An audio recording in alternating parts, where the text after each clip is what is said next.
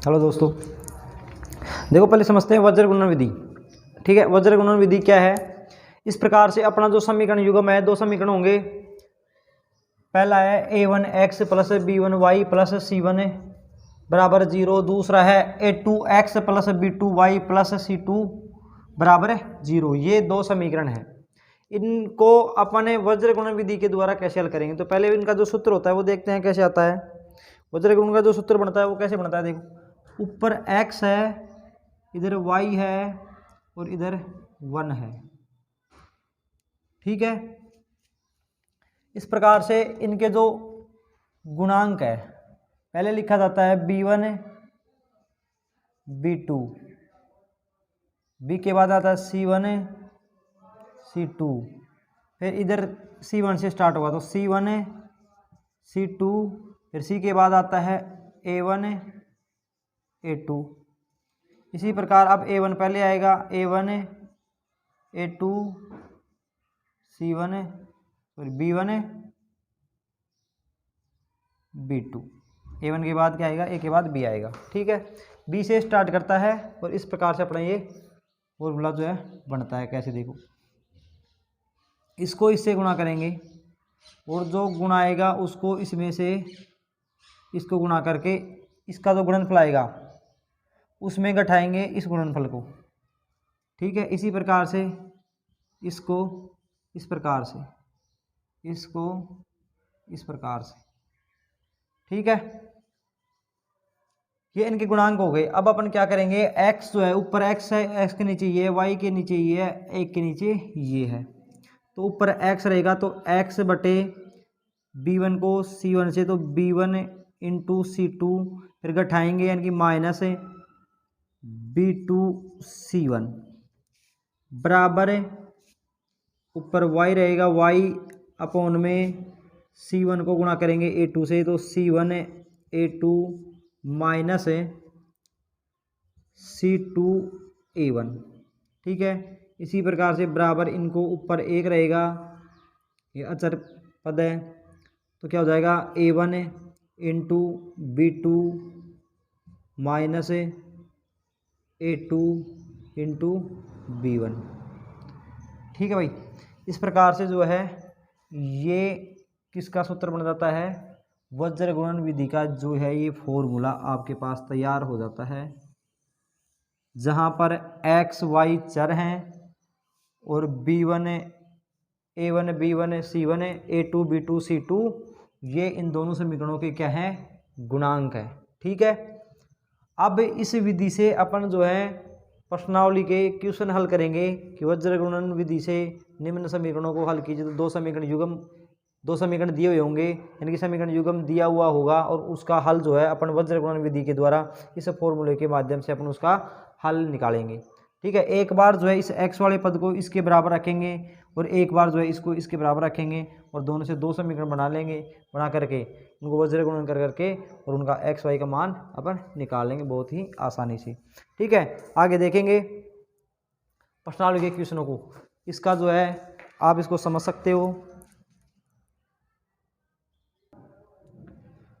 देखिए भाई, ये जो है प्रश्नावली 3.5 का पहला क्वेश्चन है। पहला क्वेश्चन क्या बोल रहा है, पहला क्वेश्चन जो है क्या बोल रहा है, वो ये बोल रहा है कि निम्न जो समीकरण युग्म दिए हुए हैं इनमें चेक कीजिए किस किस के अद्वितीय हल होंगे और किस किस के अनेक हल नहीं होंगे और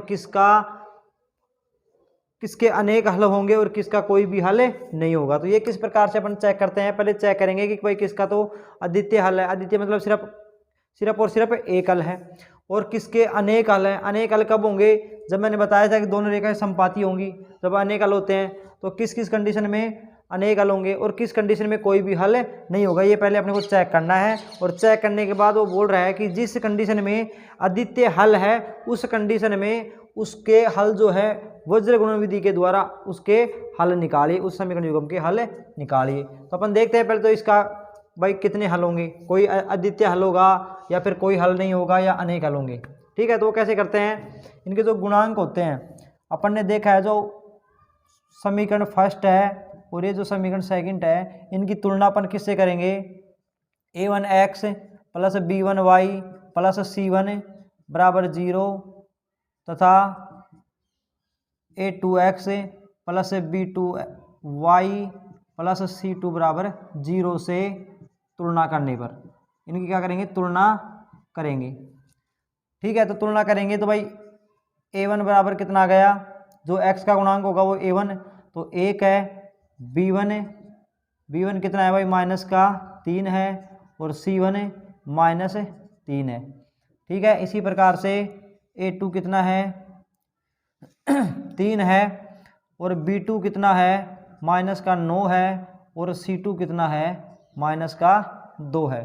तो अपन निकालेंगे पहले क्या निकालेंगे, A1 बटे A2। तो A1 का मान कितना है 1 और A2 का मान कितना है 3। फिर निकालेंगे B1 बटे B2। तो B1 का मान कितना है भाई -3 और B2 का मान कितना है -9 और ये माइनस से माइनस प्लस हो जाएगा और 3 एकम 3 3 तिया 9 तो कितना आ गया 1 बटे 3। फिर निकालेंगे अपन क्या C1 बटे C2। तो C1 का मान कितना है भाई -3 और C2 का मान कितना है -2। तो माइनस माइनस तो प्लस हो जाएगा और 3 बटे 2 आ जाएगा। इसका मतलब जो कंडीशन कैसी बनी, ये बनी A1 बटे A2 बराबर है B1 बटे B2 और बराबर नहीं है C1 बटे C2। तो भाई इस कंडीशन में क्या होता है, इस कंडीशन में जो है कोई भी हल नहीं होता, कोई हल नहीं होता है, कोई हल नहीं है।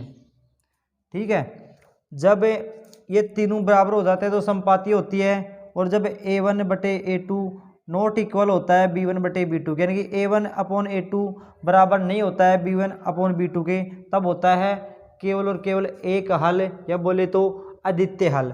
लेकिन और जब A1 बटे A2 बराबर होता है B1 बटे B2 के और बराबर नहीं होता है C1 बटे C2 के, तो इस कंडीशन में क्या होती हैं, दोनों रेखाएं क्या होती हैं, समांतर होती हैं।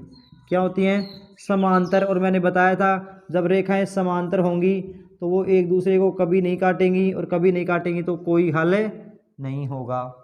तो ये जो है इस समीकरण युग्म का कोई हल नहीं है। ठीक है, अब आगे दूसरा क्वेश्चन करेंगे जिसका अद्वितीय हल होगा। अद्वितीय मतलब जिसका केवल और केवल एक हल होगा, उस क्वेश्चन को, उस समीकरण युग्म का जो हल है अपन वज्र गुणन विधि से निकालेंगे।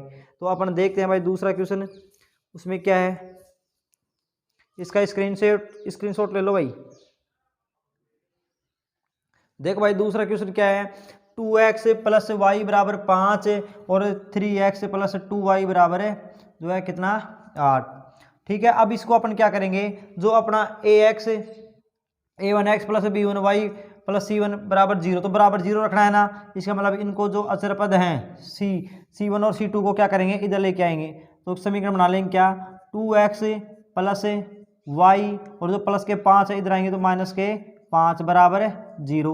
ये तो समीकरण अपना बन जाएगा पहला। और दूसरे को जब पक्षांतर करेंगे तो क्या हो जाएगा, 3x प्लस 2y और प्लस का 8 इधर आएगा तो माइनस का 8 बराबर 0। ये अपना एक व्यापक समीकरण रूप के अंदर बन गया है। अब अपन क्या करेंगे, इनको चेक करेंगे।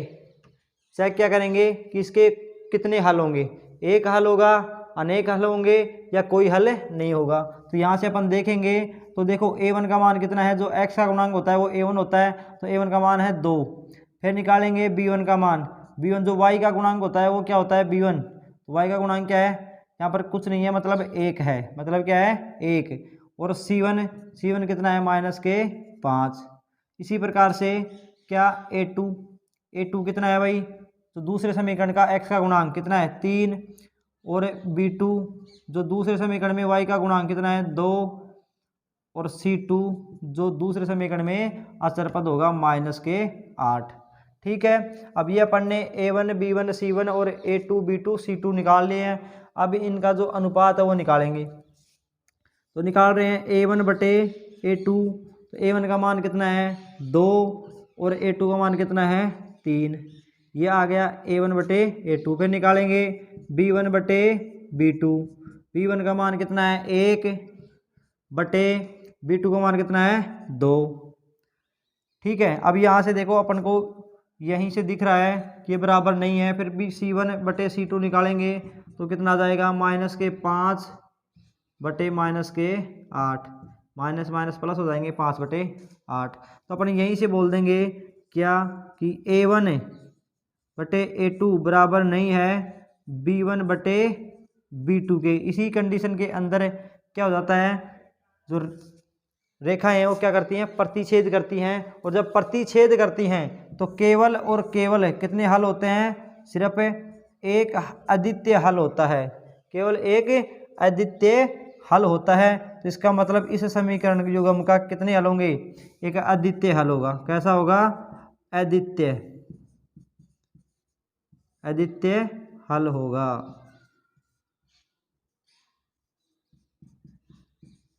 कोई दिक्कत? अब अपन इसका जो है वज्र गुणन विधि के द्वारा हल निकालेंगे। ठीक है भाई, अब वज्र गुणन विधि यहाँ तक इसका स्क्रीनशॉट लो, फिर वज्र गुणन विधि से इसके हल निकालते हैं। अब देखो भाई, अपना जो ये समीकरण युग्म है इसका अपन वज्र गुणन विधि के द्वारा इसका हल निकालेंगे। तो वज्र गुणन विधि के अंदर जो है अपने को वज्र गुणन का जो सूत्र है वो क्या होता है वो अपन लिखेंगे। तो अब अभी मैंने बताया था शुरू में, तो क्या होता है x/, पहले क्या होगा B1 into C2 minus B2 into C1 बराबर होता है y/, अब की बार क्या था, B1 था ना, तो अब कौन आएगा, B1 के बाद कौन आता है, C1, तो C1 इंटू C के बाद A आता है, तो A2 माइनस C2 A1। यहाँ पर C1 है, यहाँ पर C2 है, यहाँ पर A2 है, तो यहाँ पर A1 है। ठीक है, बराबर है अचर पद में एक आएगा ऊपर और नीचे क्या आएगा।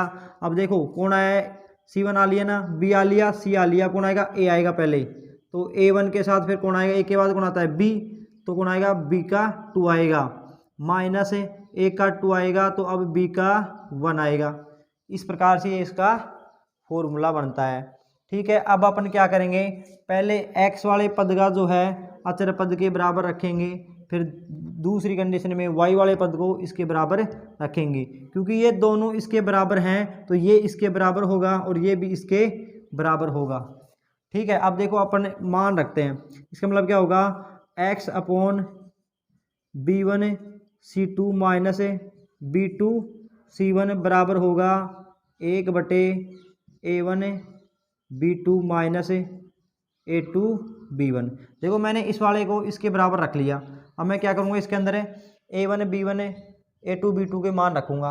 अपन क्या कर सकते हैं, अभी अपन ने लिखा था ना A1 A2 B1 B2 C1 C2, ये भी सब अपन ने लिखे थे। तो यहाँ से देखो A1 का मान, या अपन यहाँ पर दोबारा से भी लिख सकते हैं, दोबारा से भी लिख सकते हैं। तो A1 का मान कितना है भाई, यहाँ से देखेंगे तो 2 है, और B1 का मान कितना है, 1 है, C1 का मान कितना है, -5 है। इसी प्रकार से A2 का मान कितना है, 3 है, B2 का मान कितना है, 2 है, और C2 का मान कितना है भाई, -8 है।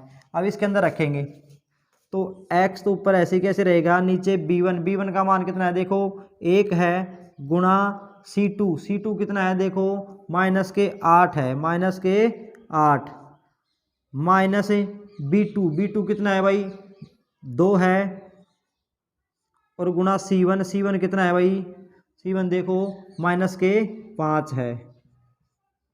ठीक है, बराबर 1/A1 कितना है, 2 है, गुणा B2 कितना है भाई, 2 है, माइनस A2 कितना है, देखो 3 है, गुणा कितना है B1, तो B1 देखो कितना है, 1।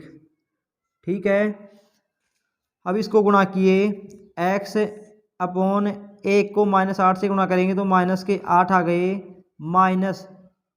माइनस को माइनस से गुणा करेंगे तो प्लस आ जाएगा, और 2 को 5 से करेंगे तो 5 दूनी 10 बराबर 1/2 दूनी 4, और -3 एकम 3।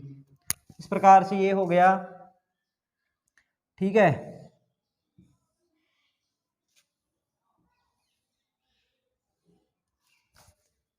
अब देखो इसको कितना हो गया, एक्स बटे माइनस के 8 हैं प्लस के 10 हैं तो कितने बच जाएंगे, प्लस के 2 बच जाएंगे। और ये बराबर होंगे किसके, 1/4 में से 3 जाएंगे तो 1 बचेगा, 1/1 क्या होगा 1। तो अपन क्या करेंगे, इस 2 को इधर ले जाएंगे तो ये 2 बटे में है तो इधर किस में चला जाएगा, गुणा में चला जाएगा।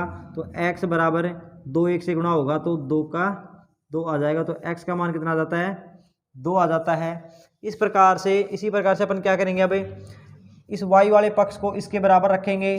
तो रख दो भाई, कितना है y/C1a2 माइनस C2a1 बराबर होगा 1/a1b2 माइनस a2b1। ठीक है, अब यहाँ से अपन मान रखेंगे तो रख दो y/C1 कितना है भाई, यहाँ से देखो माइनस के 5 गुणा a2 कितना है प्लस के 2 माइनस C2 कितना है माइनस के 8। तो भाई माइनस माइनस है ना, तो इसको दोनों 2 चिन्ह एक साथ लिखे नहीं जाते हैं तो इसको क्या किस में लिखेंगे, कोष्टक में। ठीक है, तो C2 का मान कितना है माइनस के 8 और गुणा कितना है A1 कितना है भाई 2, तो ये 2 बराबर है 1/A1 कितना है 2 और B2 कितना है B2 2 तो गुणा 2 माइनस A2 कितना है A2 3 है गुणा B1 कितना है तो देखो B1 1 है। इस प्रकार से y/-5 को 2 से गुणा करेंगे तो माइनस के 10 और माइनस माइनस प्लस हो जाएगा 8 दूनी 16 बराबर होंगे 1/2 दूनी 4 और माइनस का 3 एकम 3। तो कितना आ गया y/+ के 16 में से 10 जाएंगे तो कितने बच जाएंगे 6 बच जाएंगे बराबर 1 4 में से 3 चले जाएंगे तो कितने बच जाएगा 1 बच जाएगा और 1/1 1 होता है। तो y का मान ये 6 जो है इधर जाके गुणा हो जाएगा, भाग में है तो 6 1 से गुणा होकर 6 एकम 6। तो ये अपना x का मान आ गया 2 और y का मान आ गया 6। इस प्रकार से वज्र गुणन विधि से अपन क्या कर लेते हैं, x और y का मान निकाल लेते हैं, यानी कि समीकरण युग्म का हल निकाल लेते हैं। तो भाई इसको आराम से समझ लो। देखो अपन ने कुछ नहीं किया, अपने को 2 समीकरण युग्म यानी कि 2 समीकरण दिए हुए थे, उसमें अपन ने क्या लिख लिया, अलग अलग लिख लिया। जो समीकरण फर्स्ट में एक्स वाई के गुणांक हैं वो a1 b1 है और जो अचर पद है वो c1। इसी प्रकार दूसरे समीकरण के अंदर जो एक्स वाई के गुणांक हैं वो a2 b2 और जो अचर पद है वो c2। ये अपन ने अलग अलग लिख लिया।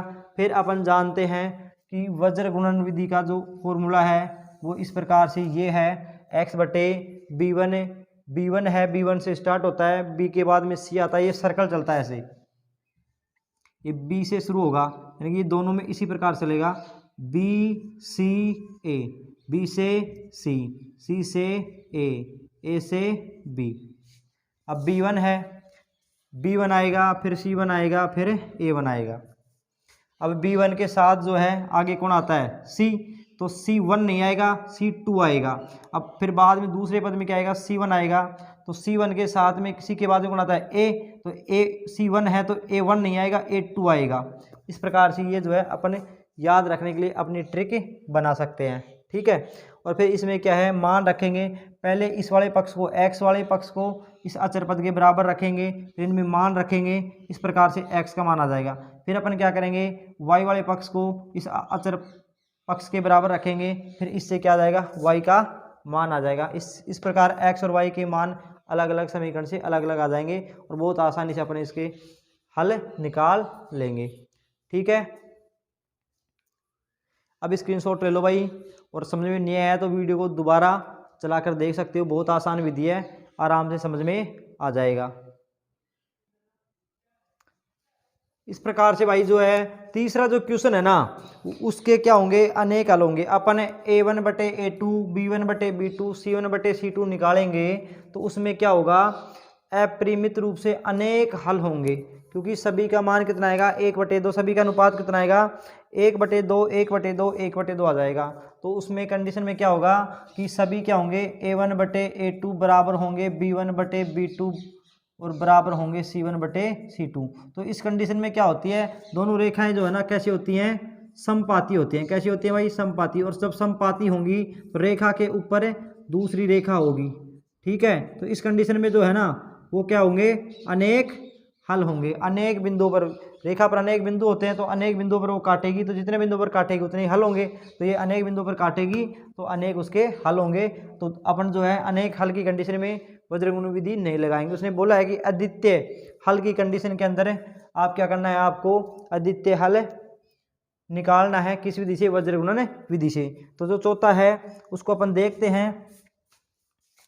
इसमें भी अपन B1 B2 निकालते हैं, A1 A2, और फिर देखते हैं कि इसके कितने हल होंगे। तो देखो यहाँ से A1 का मान कितना होगा, 1 होगा। B1 का मान कितना होगा, -3 होगा। और C1 का मान कितना होगा, -7। इसी प्रकार से A2 का मान कितना होगा, 3 होगा। B2 का मान कितना होगा, -3 होगा। और C2 का मान कितना होगा, -15। ठीक है भाई, कोई दिक्कत। अब अपन निकालते हैं अनुपात। तो A1/A2 कितना होगा, A1 का मान 1 है, A2 का मान 3 है। इसी प्रकार B1/B2 निकालेंगे तो B1 का मान कितना है, -3 है। और B2 का मान कितना है, -3 है। माइनस माइनस प्लस, 3 से 3 कट जाएगा तो कितना आ गया, 1। देखो इस कंडीशन में अभी अपन ने देखा था A1/A2 और B1/B2 का अनुपात बराबर नहीं आ रहा ना, इसका मतलब इसके कितने हल होंगे, अद्वितीय हल हो गया, केवल एक हल होगा। तो अपन यहाँ लिख देंगे चूंकि A1/A2 नॉट इक्वल है B1/B2 के। इस कंडीशन में क्या होंगे, एक इस कंडीशन में जो है अद्वितीय हल होगा। समीकरण युग्म का कितने हल होगा, समीकरण युग्म का एक अद्वितीय हल होगा। अब अद्वितीय हल होगा तो भाई उसमें तो अपन क्या करते हैं, उसमें तो क्वेश्चन ने बोला है कि अद्वितीय हल की कंडीशन के अंदर आपको वज्र गुणन विधि के द्वारा इनका क्या निकालना है, मान निकालना है। ठीक है, तो अपन वज्र गुणन विधि लगाएंगे, उससे x और y के मान निकालेंगे, यानी कि समीकरण युग्म का हल निकालेंगे। तो इसका स्क्रीनशॉट लो, फिर अपन वज्र गुणन विधि इसमें लगाते हैं।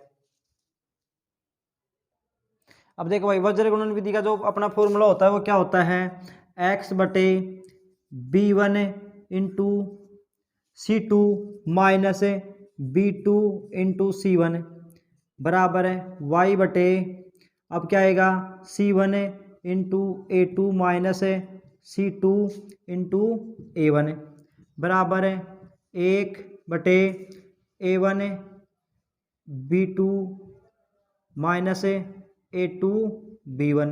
ठीक है, इस प्रकार से ये अपना वज्र गुणन विधि का फॉर्मूला आ जाता है। अब अपन क्या करते हैं वज्र गुणन में, पहले x वाले पद को इसके बराबर रखते हैं और इनमें A1 A2 B1 B2 के मान रखते हैं। तो मैं डायरेक्ट क्या कर रहा हूँ, इनके मान रख रहा हूँ। x/B1 का मान कितना है, तो B1 का मान देखो भाई -3 गुणा C2 कितना है, -15।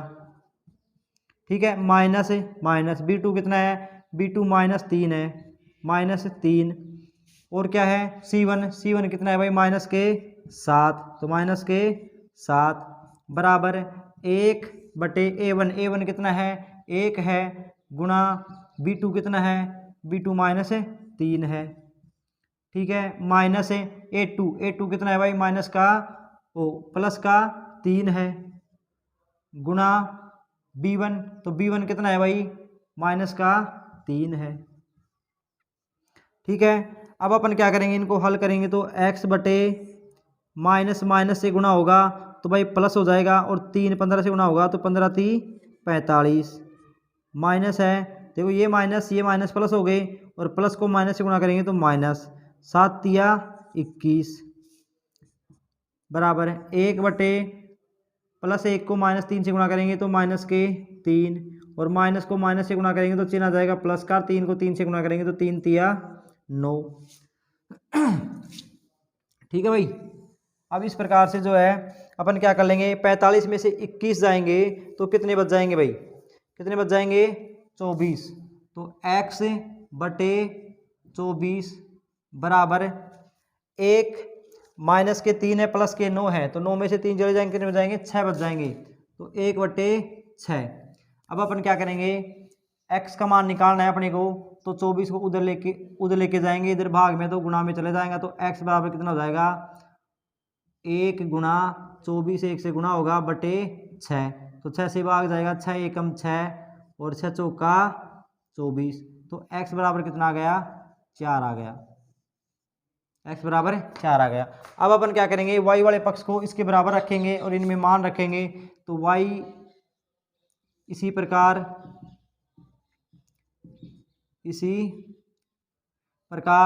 अब देखो y बटे y का मान कितना है c1 कितना है भाई, c1 देखो माइनस का 7 है, तो माइनस है 7। a2 कितना है, देखो a2 3 है, तो गुणा 3, माइनस है c2 कितना है भाई, माइनस के 15 है, माइनस के 15, और a1 कितना है 1 है, तो ये 1 बराबर है 1 बटे कितना है a1 कितना है भाई 1 है, a1 1 है, गुणा b2 कितना है माइनस के 3, तो ये माइनस के 3, माइनस है a2 कितना है भाई प्लस का 3 है, तो ये 3 आ गए, गुणा b1 कितना है देखो माइनस के 3, तो गुणा माइनस 3। ठीक है, अब अपन गुणा करेंगे, तो देखो भाई -7 को 3 से गुणा करेंगे तो y तो ऊपर ऐसे के ऐसे बटे में, माइनस के 7 को 3 से गुणा करेंगे तो माइनस के 7 या 21, और माइनस माइनस गुणा होगा तो प्लस हो जाएगा, और 15 को 1 से करेंगे तो 15 एकम 15 बराबर है क्या जाएगा, 1 को -3 से गुणा करेंगे, ऊपर तो 1 ऐसे कैसे रहेगा, 1 को -3 से गुणा करेंगे तो माइनस के 3, और माइनस को माइनस से गुणा करेंगे प्लस हो जाएगा, और 3 को 3 से गुणा करेंगे तो 3 तिया 9 हो जाएंगे। ठीक है, अब इस प्रकार से ही आगे क्या करेंगे, देखो y बटे माइनस के 21 हैं प्लस के 15 हैं, तो माइनस की संख्या ज़्यादा है और प्लस की संख्या कम है, तो प्लस जो 15 है माइनस 21 में से कम हो जाएंगे तो कितने बच जाएंगे, माइनस के 6 बच जाएंगे, और बराबर है इधर देखो माइनस के 3 है प्लस के 9 है, तो प्लस 9 में से -3 कम हो जाएंगे, कितने हो जाएंगे 1/6 बच जाएंगे। अब क्या होगा, अपने को तो y का मान निकालना है, तो y बराबर है 1/6, और ये गुणा में किस में भाग में है, तो इधर किस में चला जाएगा, गुणा में चला जाएगा, माइनस के 6, तो देखो 6 से 6 कट जाएगा, माइनस का 1 बच जाएगा, तो y बराबर कितना आ गया -1। यही जो है इस समीकरण युग्म का हल होगा, क्या x बराबर 4 और y बराबर -1।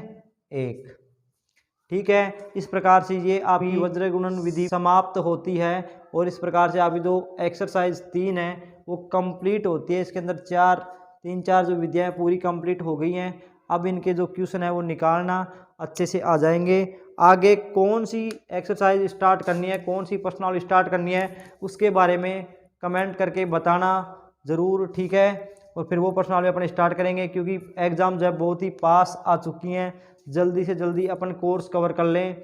जो ज़्यादा नंबर की प्रश्नावली हों उनको देखेंगे। ठीक है भाई, और जो भी भाई चैनल पे क्या है नया है वो चैनल को सब्सक्राइब कर ले भाई, और वीडियो को लाइक कर दे, और अपने दोस्तों के पास वीडियो को शेयर भी कर दे। ठीक है, आपका फ़ायदा किसी और का भी फ़ायदा करो भाई, तो उसकी दुआएं मिलेंगी आपको। ठीक है ना, हाँ, दवा से ज़्यादा दुआ की ज़रूरत होती है। ठीक है ना, इस प्रकार से इसलिए क्या करना है, वीडियो को लाइक करना है, चैनल को सब्सक्राइब करना है, और अधिक से अधिक स्टूडेंट्स के पास इसको शेयर करना है, ताकि सभी को फ़ायदा हो सके। भाई किसी को फ़ायदा होगा, अपना तो नुकसान होगा नहीं, उसमें अपना क्या नुकसान हो रहा है भाई, है कि नहीं। तो अपने पास भी अगर किसी ने भेजा है तो आप भी किसी और की हेल्प करो, आप भी किसी और ने हेल्प की है तो आप भी किसी और की सहायता करो। ठीक है, धन्यवाद। अब मिलते हैं अगले टॉपिक के साथ अगले वीडियो में।